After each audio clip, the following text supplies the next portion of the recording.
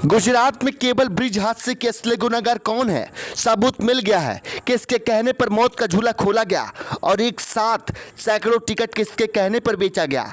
जानकर आप भी हैरान रह जाएंगे।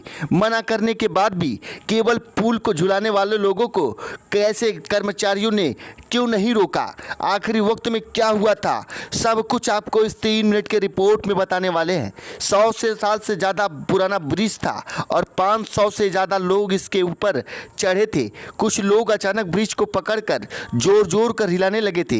अफरा तफरी का माहौल था और पुल टूटने लगा। आवाज़ इतनी ज़्यादा थी कि कई किलोमीटर दूर तक गूंजने लगा। गुजरात के मोरबी में हुए ब्रिज हादसे में अब तक करीब 150 लोगों से ज़्यादा मौत हो चुकी है और रेस्क्यू ऑपरेशन के लिए सेना, नेवी, एयर फोर्स और एनडीआरएफ की टीम लगातार लगी हुई है। अब तक करीब 200 लोगों की रेस्क्यू किया जा चुका है।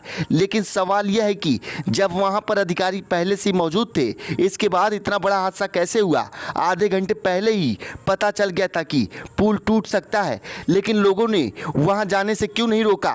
गुजरात में जो केबल पुल टूटा, इसकी उम्र करीब 100 साल बताई जा रही है। इसे ब्रिटिश शासनकाल के दौरान बनाया गया था। राजा महाराजा के समय बना यह पुल उत्तराखंड के ऋषिकेश में स्थित राम झूला और लक्ष्मण झूला पुल की तरह झूलता हुआ बनाया गया था। पुल जर्जर हो चुका था। इसकी जानकारी गुजरात सरकार को भी थी। यही वजह है कि 2014 के पहले जब पीएम मोदी गुजरात के मुख्यमंत्री थे, उस समय पुल की हालत बहुत अच्छी नहीं थी, लेकिन सही देखने की वजह से हादसा नहीं हुआ। जिस वक्त गुजरात सरकार के अधिकारियों की मिलीभगत की वजह से पुल पर लगातार लोगों की भीड़ बढ़ रही थी, तब पीएम मोदी गुजरात पहुंच चुके थे। कुछ देर बाद ही खबर मिली कि ब्रिज टूट गया और सैकड़ों लोग नदी में समा गए।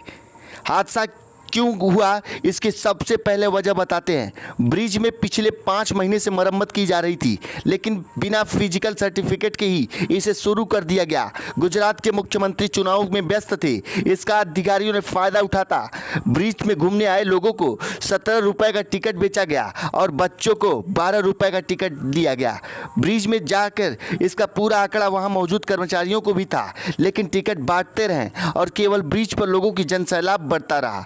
पीएम मोदी ने प्रधानमंत्री राष्ट्रीय राहत कोष से जान गंवाने वाले परिवार को 2 लाख रुपए और घायलों को 50,000 मुआवजा देने का ऐलान किया। इसके साथ ही इस हादसे को लेकर PM Modi high level meeting की है और इसका असली गुनहगार कौन है, इसको लेकर चर्चा हुई है। भारत के तीनों सेनाओं ने मोर्चा संभाला है और 200 से ज़्यादा लोगों को बचाया जा चुका है। 150 से ज़्यादा लोगों की मौत हो चुकी है। अब तक का यह आंकड़ा बढ़ सकता है। ऐसा पहली बार यह आता नहीं हुआ है। वाराणसी ओवर ब्रिज की बात रही हो या भदोही रेलवे क्रॉसिंग की लेकर बात रही हो, ऐसे तमाम देश में हादसे होते रहते हैं। लेकिन सबक ये लिया गया कि पीएम मोदी आरोपियों को कोई ऐसी सजा देंगे कि जो ऐसी हादसा ना हो। 100 साल से ज़्यादा पुराने ब्रिज को बिना फिटनेस सर्टिफिकेट के किसके आदेश पर शुरू किया गया था, इसकी जांच होनी चाहिए। इसके जर्जर पुल में 500 से ज़्यादा लोगों को टिकट देकर भेजा गया, किसी के पास इसका जवाब नहीं है। हम आपको इसी हादसे समझकर भूल कर सकते हैं, लेकिन सच यही है कि हादसे को जानबूझकर अंजाम तक पहुंचाया गया और इसके गुनहगारों को सजा भी मिलनी चाहिए। लेकिन इस ब्रिज हादसे को लेकर आपका क्या कहना है, आप हमें कमेंट बॉक्स में करके जरूर बताएं। National now TV bureau report.